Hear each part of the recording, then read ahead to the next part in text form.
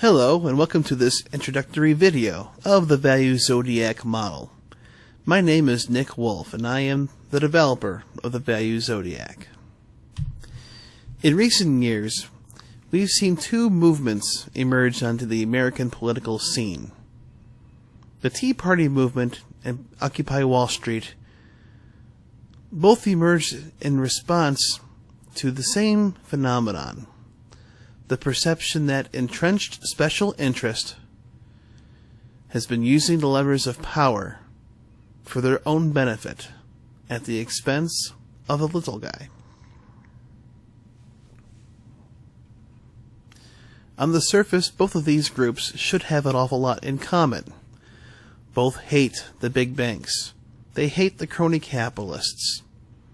Yet why is it that these two groups both seem to be on opposite sides of the issues? To explore that question, I'd like to focus on the idea of durable disagreement. Durable disagreements are characterized by the fact that additional communication seems to be unproductive. More simple disagreements are often resolved through additional communication that allows people to gain more information or move through bad assumptions or miscommunications or poor perceptions. Durable disagreements are resistant to being resolved through additional communication. They're characterized by recurring arguments and positions in which people continue to harden as the discussion moves forward. They ultimately end in an impasse where people say, well, we'll just agree to disagree. The question that puzzled me was, why is it that people end up at these impasses? And the answer that came to me was, we all have a canvas upon which we see the world. And that canvas impacts how we see experiences. Remember, we began by discussing how the Tea Party movement and Occupy Wall Street were both responses to the same phenomenon.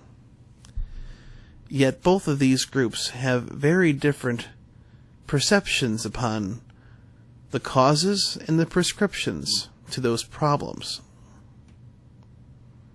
Our canvas is the sum total of the life knowledge we've accumulated up to this point.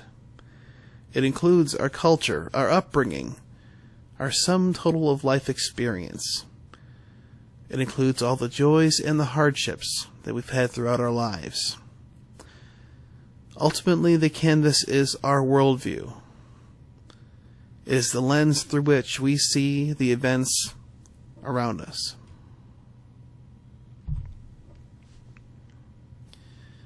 As we discussed, that the way we see the world leads us to different interpretations and conclusions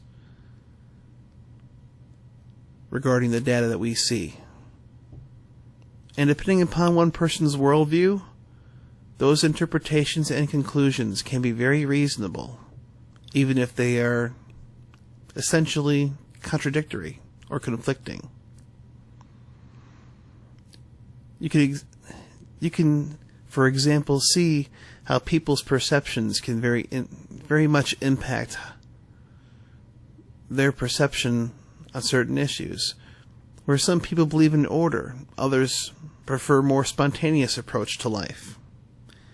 Some people really enjoy working in teams, others prefer to work alone. When making choices or decisions, some go with their gut. Others employ a more formal reasoning process. It's these differences that can really impact how two people can arrive at very different conclusions as they observe our world.